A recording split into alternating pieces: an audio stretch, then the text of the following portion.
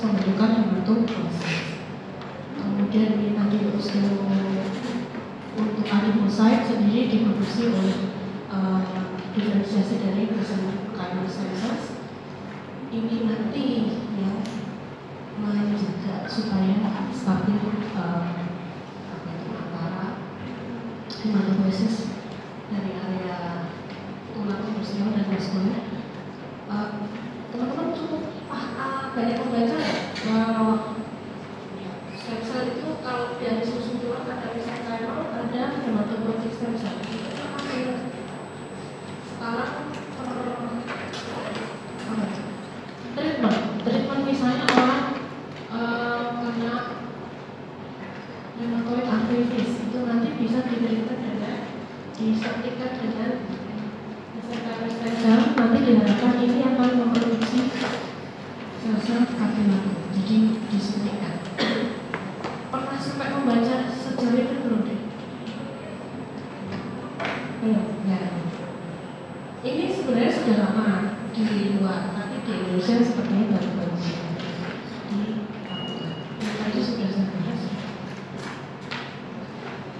Iya, ini tadi kalau ini sudah bahas, ini sudah saya bahas. Kurang lebih kalau di hematopoiesis itu memang diberikan banyak eritroblasnya, tapi karena eritroblas itu umurnya panjang, kira-kira di sum-sum tulang proporsinya banyakan pembentuk eritropoiesis apa granulopoiesis? Granulopoiesis kan umurnya pendek tuh. Kalau eritrosit itu umurnya panjang. Kira-kira di sum-sum tulang sendiri banyakan mana? Sama nggak apa-apa? Apa kira-kira? Supaya balance, kalau dia di sirkulasi gampang mati atau gampang fungsinya setelah berfungsi kemudian mati, kira-kira di sum-sum tulang lebih banyak atau lebih dikit? Jadi lebih banyak granulopoiesis dibandingkan eritropoiesis. Kemudian ini lokasinya, kalau granulopoiesis itu di area dekat terapidoid dan alveolus, kemudian megakaryosit itu di area vascular sinus, limfosit itu juga dekat alveolus. Kemudian organ lain adalah nucleus, itu nanti fungsinya untuk pemantauan dari limfosit. Kemudian spleen fungsinya selain spleen buat apa deh? Kamu sudah dapat kan ya ini? Kalau fisiologi itu kuliah fisiologi bareng sama apa deh? Kamu dibantu semester berapa? Satu ya? Satu. Nah, spleen sudah pernah dibahas sama dokter fisiologi. Tidak dibahas kan? Kamu disuruh belajar sendiri. Oke, ya. Spleen itu nanti lokasinya ada white bulb, nanti itu kalau white bulb itu banyak sel limfositnya, sedangkan red bulb itu untuk filtrasi dari atau proses fagositosis dari sel-sel yang sakit. Jadi area white bulb, kemudian red bulb. Praktikum spleen besok sekarang histologi nggak boleh ini. Ya dari mana? Organ apa? Organ kan? Atau sama apa? Oke. Kalau tadi kan fungsi utama itu hematopoiesis yang ada di sum-sum tulang. Nah, bisakah hematopoiesis terjadi di luar sum-sum tulang besar? Jadi itu pertama misalnya saat masih intrauterin tadi oleh liver dan spleen. Tapi di luar itu kadang misalnya kemarin kamu sudah dibahas tentang anemia hemolitik. Kalau anemia hemolitik itu terjadi apa? Kan berlebihan apa? Berlebihan dari proses perusakan kan, sehingga nanti di area bisa liver dan spleen terjadi proses hematopoiesis ekstramolecular. Jadi bisa terjadi di sini. Makanya nanti akan terlambat spleen yang rusak atau liver yang rusak.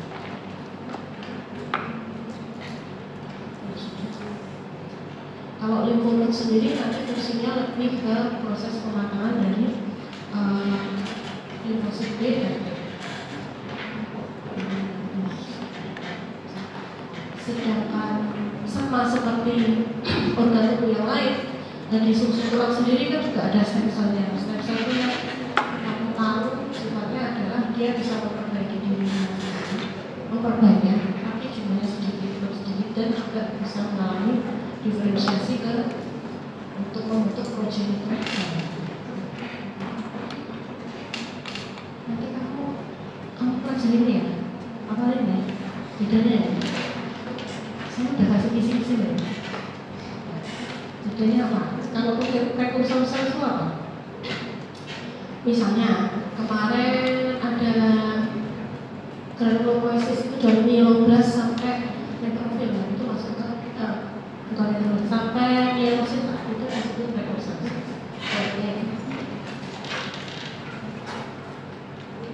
Nah, ini adalah proses diferensiasi dari stem cell menjadi multiprotein progenitor cells, menjadi lymphoid dan myeloid. Kemudian myeloid nanti akan membentuk ke arah granulopoiesis dan erythro dan juga nanti membentuk di sini.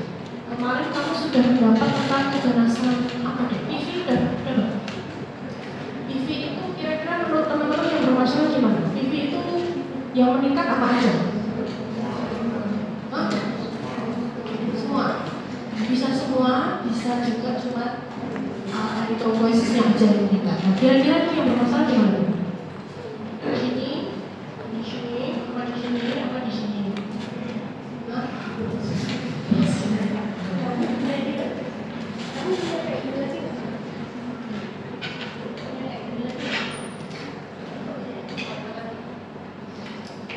kamu pilih deh, yang mana nih? Kalau bisa terjadi di area sini, kemudian di area ini dan ini, berarti yang bermasalah sini apa sini? Nomor sini apa sini?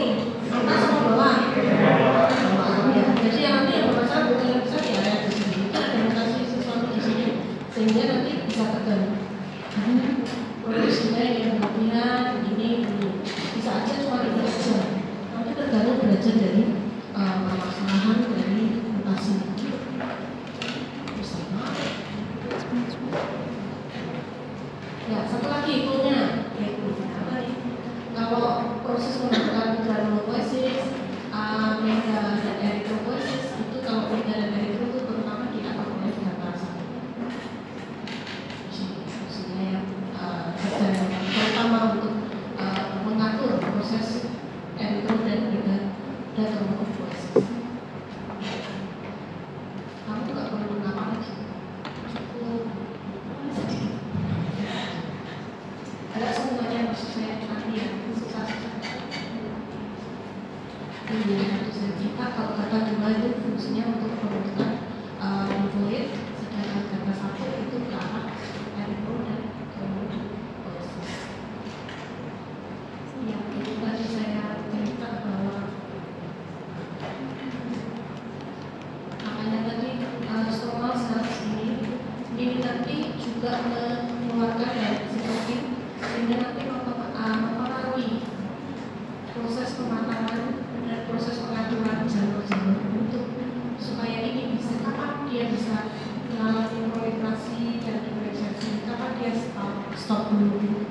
Nanti diatur oleh beberapa. Makanya ini sangat penting juga ada stromal cells.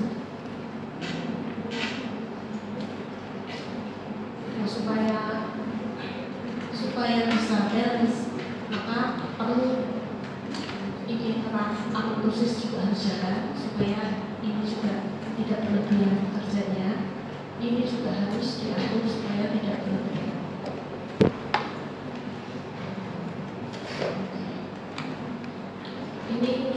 Ini saya ulang lagi tadi ya, macam-macamnya ini adiposit, fibroblast, ini tadi yang ke arah RSI, tadi macrophage tadi. Nah, kapan sih sel-sel itu kan harusnya mereka-mereka jadi, maksudnya nggak semuanya kalau dia dilepasin dari susu itu kan nggak mungkin nanti bisa keluar semua. Kalau keluar semua kan nanti kemudian di sirkulasi menjadi stasis gitu. Maka harus ada proses misalnya addition molekulnya supaya dia diatur tidak berlebihan pengeluaran. Ini tadi jadi sitokin yang dikeluarkan sama sel itu bisa. Dan ini nanti mengatur kerja dari hematopoietic stem cell. Sampai tergantung.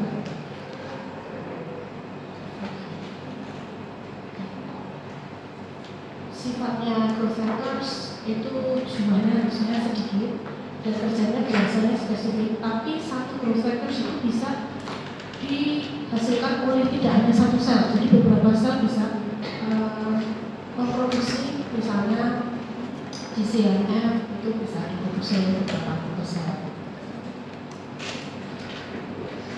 Nah kerjanya misalnya ini, jadi pada proses GCSF ini misalnya untuk proliferasi dari mieloblas sampai menjadi netrofil. Kemudian dia bisa membentuk dari diferensiasi dari ini mieloblas tetap mieloblas. Kemudian diferensiasi dari mieloblas menjadi netrofil, tapi dia tidak akan diproduksi untuk membentuk produksi.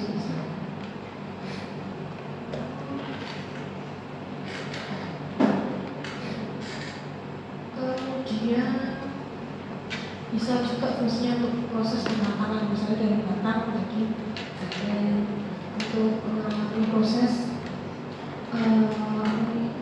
misal ada infeksi atau ada antigen sehingga nanti netrofil diinduksi untuk mengeluarkan granula-granula yang kerjanya menjadi lebih aktif untuk mematikan antigen.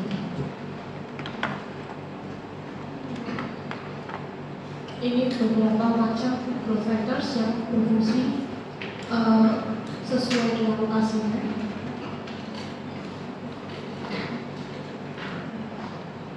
Mudah ya. Nah, sekarang proses untuk pematangan. Kemarin kamu cuma lihat yang mantul aja kan ya dia. Kamu sempat lihat sel-sel yang kayak pada slide ada CLL, slide ada ALL itu nggak? Waktu kamu nggak sempat ya? Ya, kemarin ada beberapa yang sempat diperlihatkan. Ada kelompok yang diperlihatkan, tapi ada yang nggak sempat. Besok kamu boleh nonton lah waktu koas.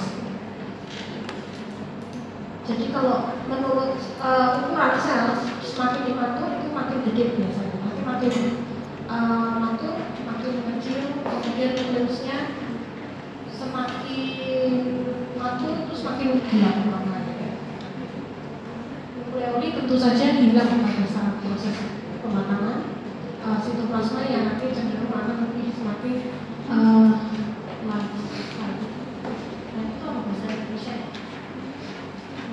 Terang, semakin terang.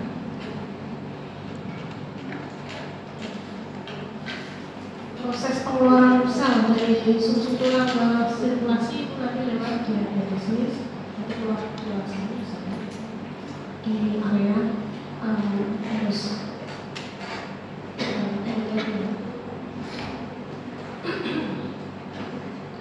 Nah ini proses eritropoiesis sendiri. Semuanya nanti jadi bentuknya kayak gini, dari hematopoietic stem cell nanti menjadi diferensiasi ke arah proliferas. Nah ini ukurannya kan makin dari gede makin kecil, modulusnya juga makin lama makin kecil, kemudian terus dari eritropoiesis tadi keluar lalu membentuk namanya retikulosit. Retikulosit meningkat pada apa ya? Kemarin pemeriksaan apa ya? Nah, retikulosit meningkat pada apa? Anemia. Apa? Anemia. Contohnya anemia hemolistik apa? Thalassemia.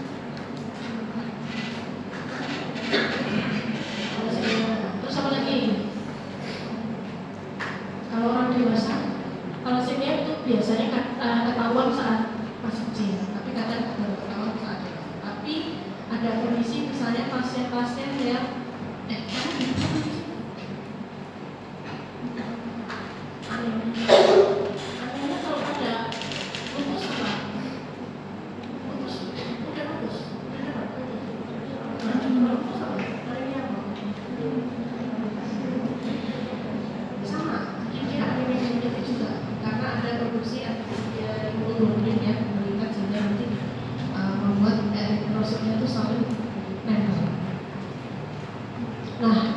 proses pembentukan kamu sama dokter anak sudah kan ya?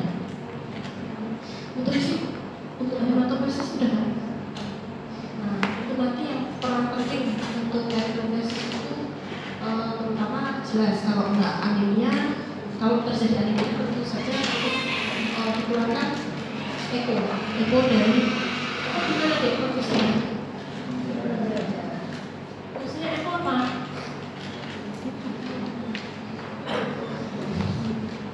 Ya, tapi apa ya? Profesi eko apa ya? Eko menurut pada apa? TKD ya, terus apa lagi? Ya pokoknya yang ginjalnya bermasalah. Ginjal bermasalah itu bisa chronic disease, bisa juga misalnya apa? Di renal bisa terjadi apa? Kalau orang banyak makan coklat, orang banyak makan jeroan, apa yang terjadi?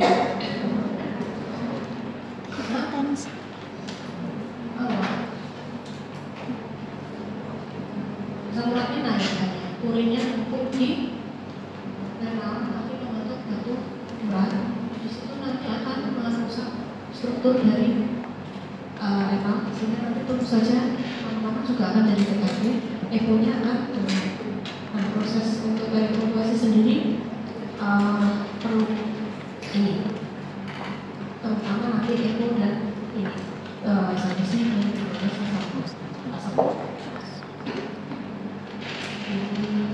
pengaturannya, proses pengaturannya.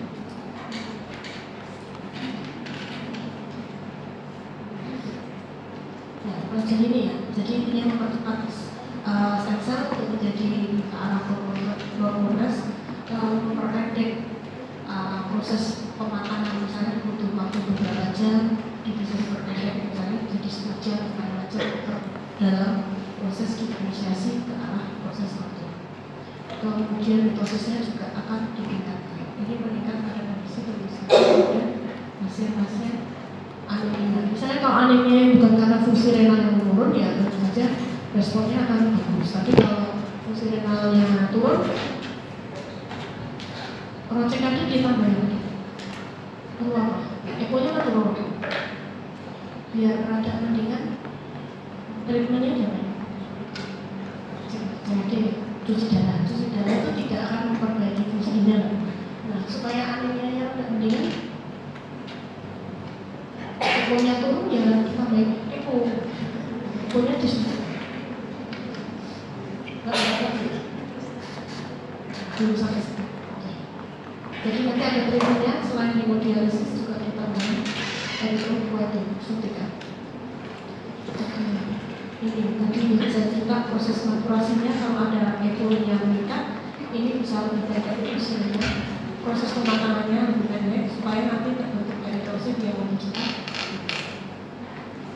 Ini adalah proses pematangan dari erythropoiesis dari erythroblast sampai ini reticulosit.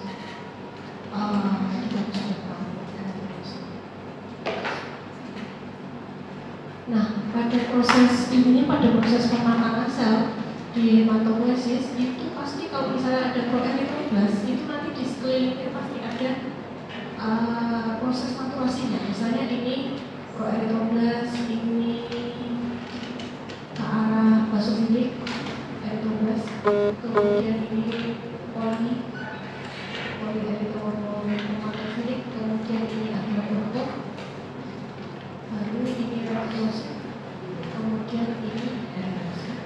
Jadi pasti ada maturasi di sekeliling. Ini kalau sudah tahu bahwa bentuk eritrosit adalah nanti struktur dari eritrosit itu nanti dipengaruhi dari protein yang ada di membran sel. Misalnya contohnya pada thalassemia itu nanti tidak seimbang, ada perubahan dari ini misalnya spektrum ini nanti berbeda strukturnya sehingga nanti mudah terjadi lisis pada kasus-kasus thalassemia. Nah, kalau granulopoiesis ini mieloblast sampai dengan neutrophil cell. Apakah ini saya lari? Enggak lah ya, kamu sudah apa? Kamu apa ini? Kamu lihat ini aja ya kemarin, yang ini enggak ada.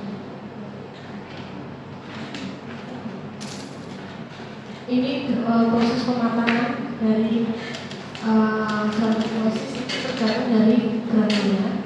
Yang pertama nanti primary granul itu dibentuk di promielosit. Kira-kira kemarin sudah disebut belum? Misalnya pada promielosit sampai neutrofil itu granulanya untuk menahan antigen atau mematikan antigen. Itu kode mana? Nah ini apa yang ini? Yang mana? Ini memang jumlahnya banyak. Sudah primary granules pada promielosit itu banyak. Ini pada terutama pada neutrofil tadi cuma dua. Kira-kira dari sini untuk menahan atau mematikan, membantu fotosintesa itu lebih berfungsi yang bagus yang mana? Promielosit atau neutrofil mana?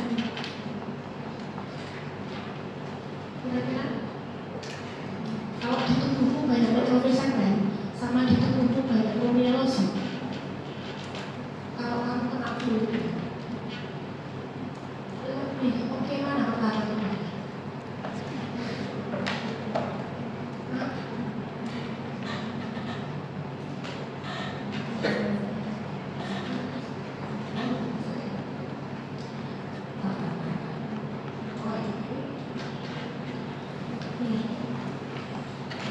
Kalau misalnya ini jumlahnya bulannya ini dibanding ini, harusnya kan normalnya ini doang deh di simulasi. Kalau ini sampai ada, berarti proses pematangan di mungkin infeksinya parah banget, akhirnya ini tidak keluar promielosidnya, tapi fungsinya tetap yang bagus adalah semakin ini kalau banyak ini fungsinya nggak bisa maksimal karena dia bisa banyak. Makanya kalau infeksi adanya darah rutinnya terjadi apa? Kalau respon itu masih bagus, leukositnya naik. Dari leukosit yang naik tadi differential countingnya atau tipe-tipe leukosit yang banyak apa? Yang meningkat. Neurosit, limfosit, neurofil, yang masuk yang banyak apa kalau infeksi?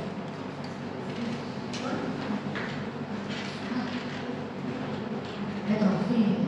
Kalau menahan suatu proses infeksi itu nanti ditandai dengan bisa dengan peningkatan leukosit dan neutrofil. Tapi belum tentu juga sih, kadang leukositnya bisa aja normal, tapi neutrofilnya ya meningkat. Misalnya harusnya 60% dia naik jadi 80%.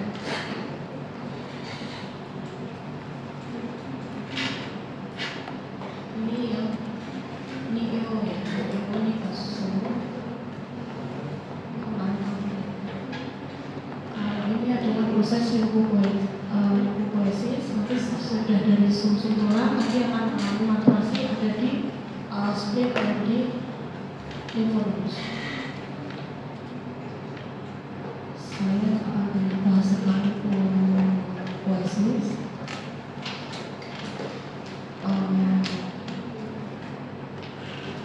Jadi nanti bentuknya kayak gini. Ini limfoblas, maka ini menjadi limfosit.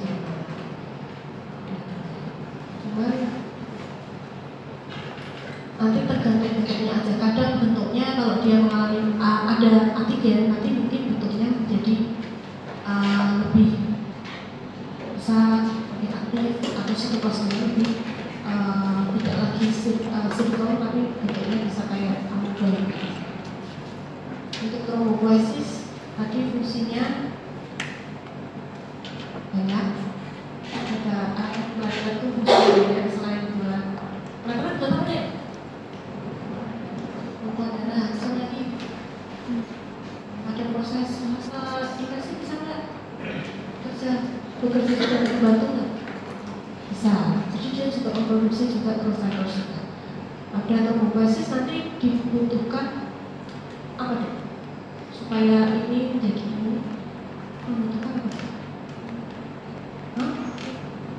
Trombopoiesis. Kalau trombopoiesis diproduksi di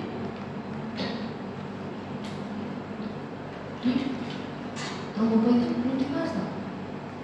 Misalnya arteri atau apa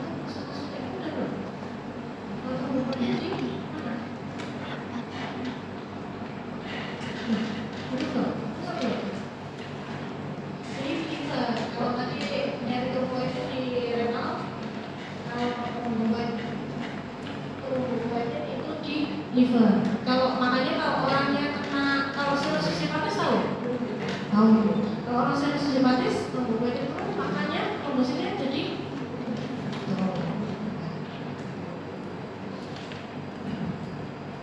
kalau ini ya, ini fungsi trombopoietin ada di beberapa titik. Nah, ini terakhir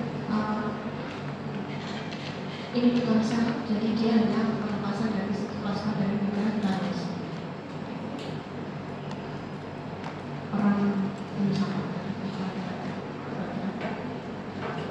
Nah ini mega 15 mega,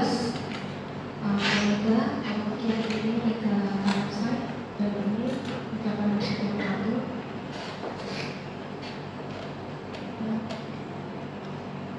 karena size-nya besar, dia nggak akan masuk ke dalam sirkulasi darah. Mega parasite nggak akan masuk, kecuali kalau proses regenerasi.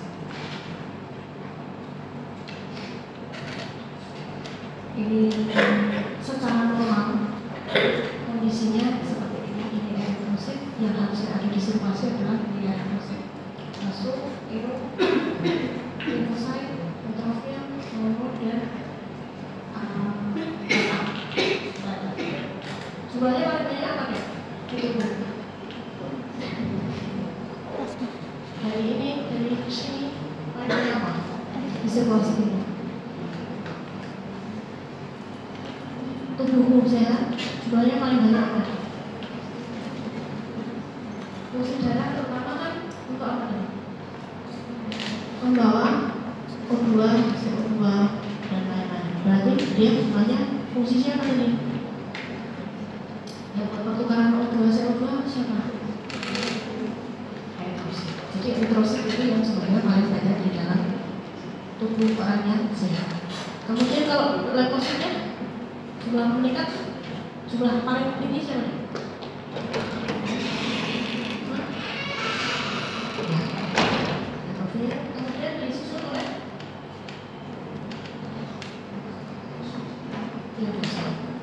limfosit, ini cuma sedikit. Nah, misalnya ini sebenarnya ringkasan aja ya. Kalau misalnya kita nggak tahu apa-apa, pasien itu cuma pencet gitu aja ya, pencet. Ya udah screening awal adalah pemeriksaan darah itu. Kalau ternyata anemia yang dilihat berarti ini kan simulan itu kan menjelaskan anemia. Berarti kalau darah rutinnya HB-nya rendah berarti tidak akan ini. Kalau anemia HB-nya rendah. Nah sekarang kita tahu ini anemia karena apa? Apakah dia defisiensi, apakah dia karena elektronik, atau karena yang dilihat dari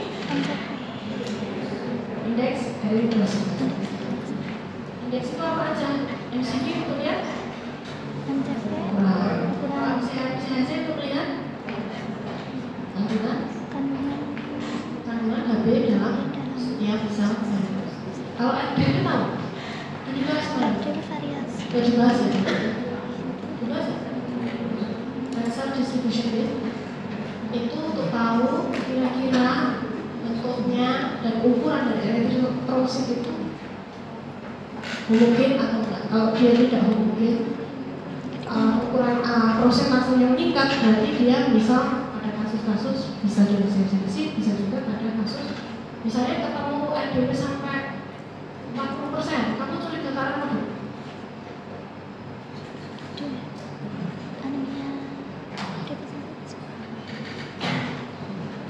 Diuretik yang kalau sampai tinggi banget itu biasanya karena lebih karena disini. Tapi kalau misalnya 20% itu lebih mungkin karena diuretik yang misalnya kayak tadi yang saya suka misalnya pada kasus-kasus lupus gitu. Nah kalau ini kan diuretik nanti lanjut setelah ini sama ini nanti lanjut reaktif muslim. Ini mungkin ada kalau koagulasi ya. Kalau besi bisa lanjut dengan ini. Udah kemarin tadi bahas. Sekarang kalau kemarin bermero ya bisa bermero aspirasi.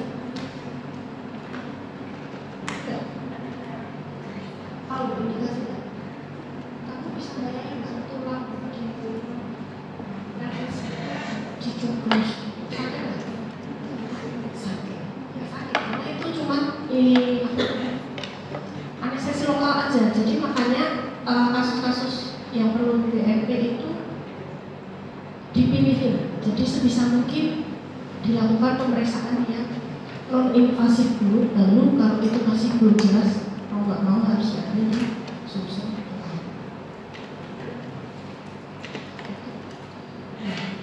Udah dibahas ini belum? Nah, saya ini pada kondisi yang normal. Kondisi yang normal. Ini apa deh?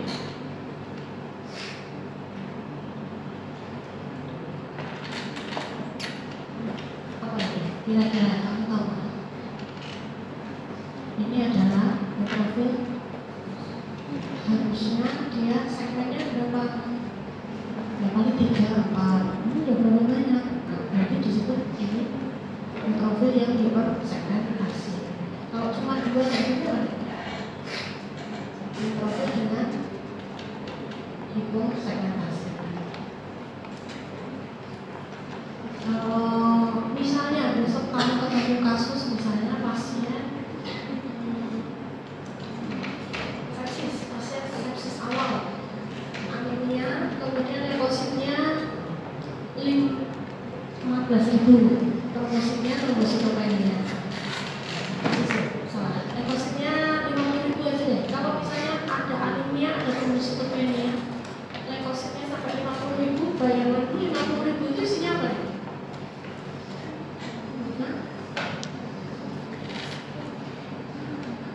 Kalau orangnya ahli sepsis, kalau sepsis itu apa? Infeksi lah.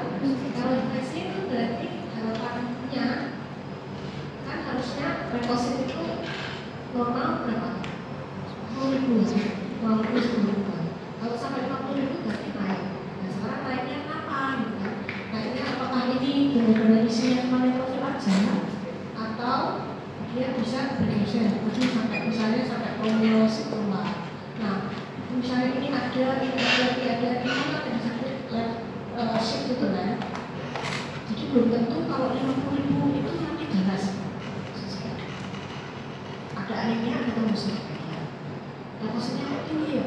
Apakah ini ganas ya? Nah itu tetap harus dilihat dengan gambaran darah ternyata memang dia tidak ada myeloplasnya, tidak. Berarti juga suatu proses.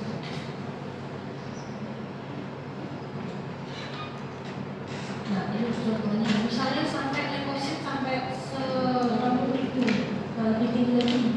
Tapi di sini nggak sampai ada myeloblas, tapi promielositnya lumayan banyak. Promielositnya banyak. Dan ini disebut dengan hepatic reaction, karena dia mirip apa deh? Kalau jumlahnya banyak banget, anemia, trombositnya banyak, leukositnya banyak, curiga apa?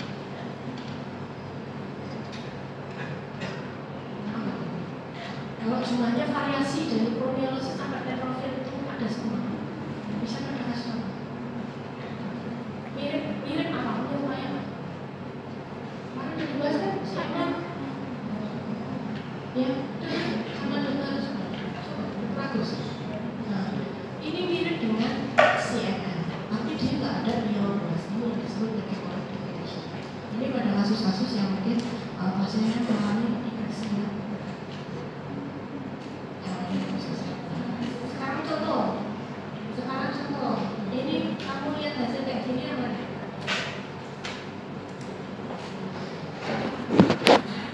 Wanita umur 2 tahun, usia 7,7, trombositopenia normal, trombositopenia. Karena ada anemia, dilihat indeks erytrositnya. Kira-kira ini lebih ke arah apa? Anemia apa?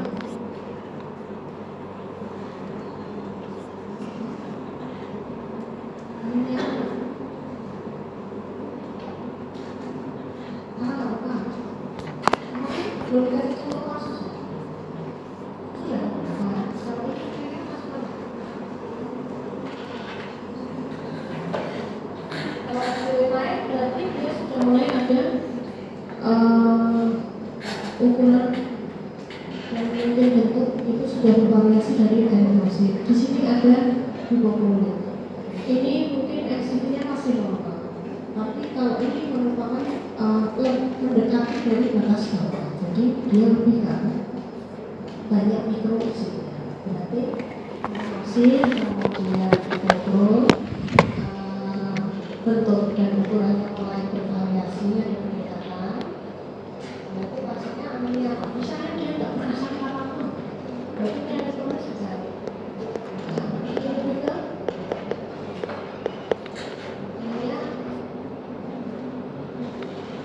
Ya, hipokrom mikrosit apa? Ada defisiensi fisik.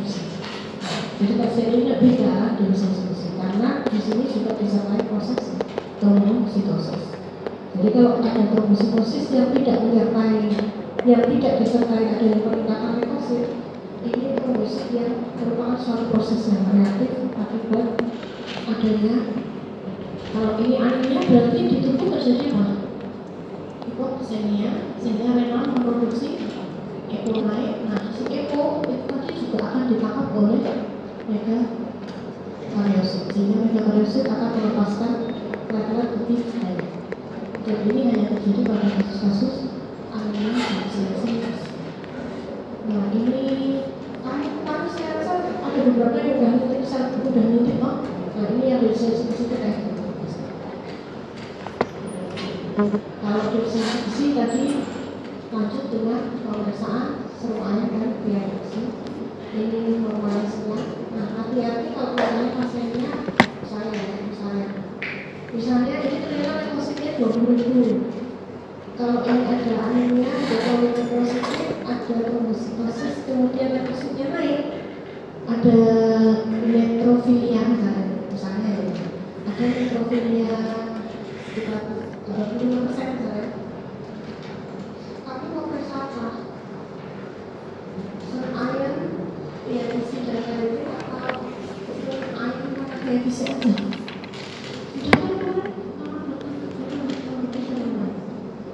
Kalau anaknya dan pemeriksanya sama siapa? Siapa? Pokoknya intinya kalau ada infeksi, kamu sudah pasien kelihatan ADB ya, kamu nggak usah minta ferritin ya, karena nanti ada orang yang infeksi itu ferritinnya rendah. Jadi serum airnya rendah, IMS-nya tinggi, kok ferritinnya tinggi gitu.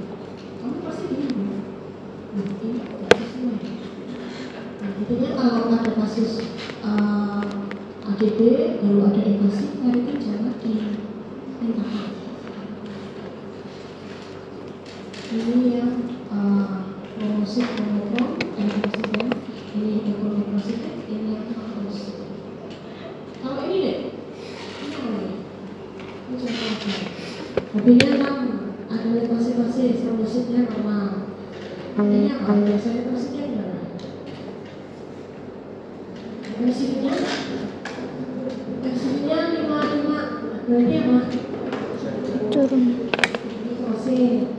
Kalau FCH-nya 17,2, FCH 31,1, berarti Hipokromik. Nah, ini hipokromi mikrositik, ada anemia, mungkin ada dosis infeksi juga. Di sini anemia 39%, berarti nggak apa? Ya, juga karena anemia hemolitik karena nah, ini pada pasien tadi mengalami proses dengan kamu kemarin dari kasih semua? Kalau ya, pokoknya dilanjutkan dengan pemeriksaan ini. Tapi intinya pasien itu kan tadi anemia itu beda. Kalau anemia itu 6 itu masih bagus sih. Udah ya. Udah. Nah, kalau anemia 6 bisa sama dari 6. Kamu mau anemia kelihatan. Itu terakhir ya. Ternyata biasanya prosesnya ke arah hemolitik, juga ke arah hemoglobinopati misalnya. Mau ditransfusi dulu, apa mau diperiksa dulu? Siapa tahu kamu besok ada anak, kamu besok ada. Kalau sampai kamu dapat kasus yang kayak gini, terus kamu buru-buru itu sih, kamu nggak bisa periksa. Kamu nggak bisa periksa. Kamu harus tunggu. Jadi penegakan diagnosisnya dulu. Jadi kamu harus tunggu nanti 2-3 bulan lagi sampai eritrosit donor tadi mengalami apoptosis, baru bisa memeriksa HB eritrosit. Jadi intinya periksakan ini sebelum pasien ditransfus. Nah, kalau misalnya pasien apa ya, selalu lemas, tidak ada penyelidikan ini, tapi dia bercerita dia berubah dietnya tapi 4 bulan ini dia tidak makan nasi. Kira-kira kenapa? Sekarang belum gampang lemes, kalau tidur pelan-pelan tidak mau makan nasi. Misalnya badannya sebelumnya berat badan misalnya 70 kg, terus dia diet supaya bisa turun. Sejak 4 bulan ini tidak makan nasi sama sekali. Kenapa? Kamu curiga di dalam beras masih itu mengandung di luar lapisan beras mengandung selulosa. ini tidak dibahas sama dokter Anel. Ini HB-nya nggak terlalu rendah, 10,6. Tapi ini tensinya gimana? Gede-gede. Jadi makrosit, kemudian ini informasinya juga meningkat. Kandungan HB-nya meningkat. Karena proses pembelahannya menjadi lebih sulit.